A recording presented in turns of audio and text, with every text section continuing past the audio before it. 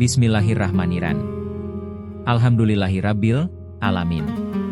Segala puji bagi Allah, Tuhan seluruh alam, yang masih memberi kita kesempatan hidup, memberi kita waktu, dan masih memanggil kita 5 kali sehari untuk kembali kepadanya.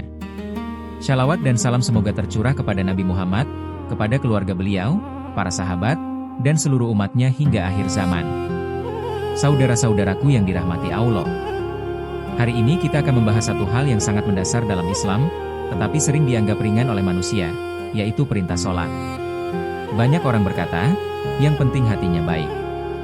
Ada juga yang berkata, saya sibuk, nanti saja sholatnya.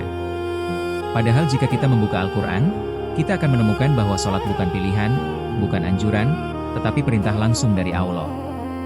Perintah sholat tidak hanya disebut 1 atau 2 kali, tetapi berulang-ulang di banyak surah, dengan redaksi yang tegas dan jelas. Saudara-saudaraku, mari kita mulai dari surah Al-Baqarah ayat 43. Dalam ayat ini, Allah Subhanahu wa Ta'ala memerintahkan manusia untuk menegakkan sholat dan menunaikan zakat serta rukuk bersama orang-orang yang rukuk. Para ulama menjelaskan bahwa kata aqimus sholah menunjukkan perintah yang wajib, bukan sunnah.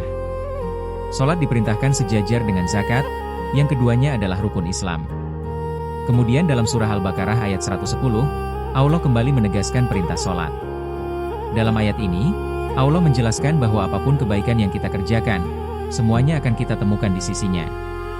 Para mufasir menjelaskan bahwa sholat adalah amal paling awal yang disebut karena sholat adalah fondasi semua amal kebaikan.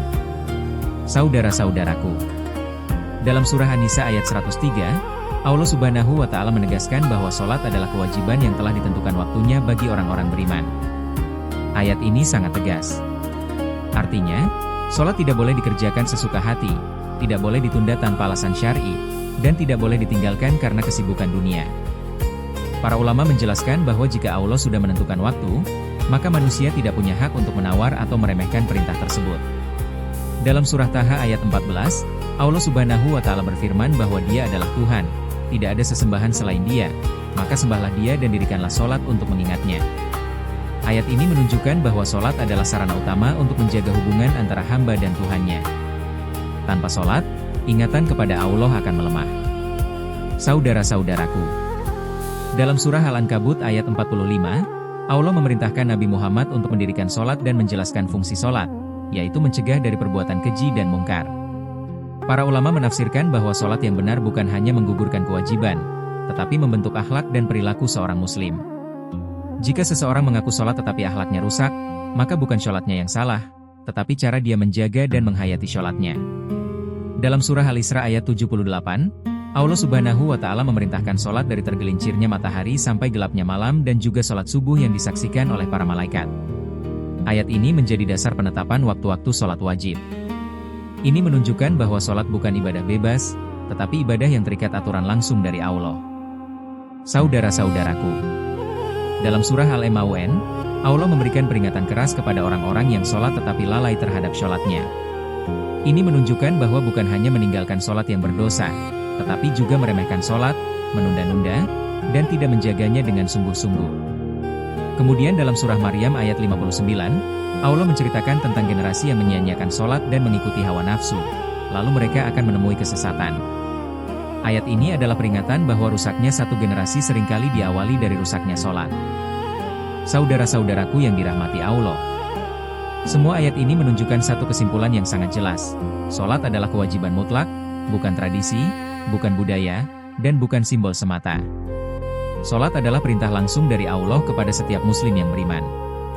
Rasulullah menguatkan semua perintah ini dengan sabda beliau dalam hadis riwayat Bukhari dan Muslim, bahwa Islam dibangun di atas 5 perkara, dan sholat berada di posisi kedua setelah syahadat. Dalam hadis lain riwayat Muslim, Rasulullah bersabda bahwa pembeda antara seorang muslim dan kekufuran adalah meninggalkan sholat. Saudara-saudaraku, jika Allah sudah memerintahkan sholat berkali-kali dalam Al-Quran, lalu dengan alasan apa kita masih meremehkannya? Jika sholat sudah diwajibkan langsung oleh Allah, lalu apa yang lebih penting dari perintah tersebut? Mari kita jujur pada diri sendiri. Jangan sampai kita rajin urusan dunia, tetapi lalai terhadap panggilan sholat. Jangan sampai kita mengaku beriman, tetapi meninggalkan perintah paling dasar dari Allah. Semoga Allah Subhanahu wa Ta'ala membimbing kita untuk menjaga sholat, mencintai sholat, dan menegakkan sholat sampai akhir hayat.